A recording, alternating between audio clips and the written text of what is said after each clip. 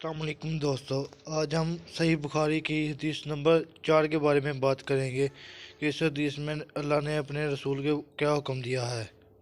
ابن شہاب کہتے ہیں، مجھ کو ابو سلمہ بن عبد الرحمن نے جابر بن عبداللہ انصاری رضی اللہ تعالیٰ عنہم سے یہ روایت نقل کی کہ آپ صلی اللہ علیہ وسلم نے وحی کے رک جانے کے زمانے کے حالات بیان فرماتے ہوئے کہا کہ ایک روز میں چلا جا رہا تھا کہ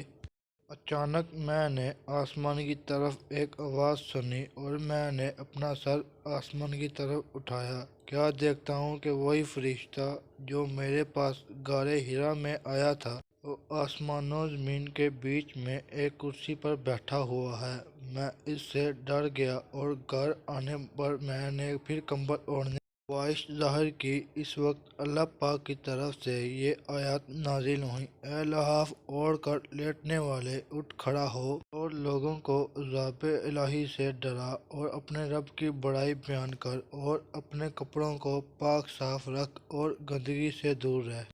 اس کے بعد وحی تیزی کے ساتھ در پہ در آنے لگی۔ حدیث کو یحییٰ بن بکیر کے علاوہ لیث بن سعد سے عبداللہ بن یوسف اور ابو صالح نے بھی روایت کیا ہے، اور عقیل کے علاوہ زہری سے ہلال بن رواد نے بھی روایت کیا ہے۔ یونس اور معمر نے اپنی روایت میں لفظ فوادہ کی جگہ بوادرہ نقل کیا ہے۔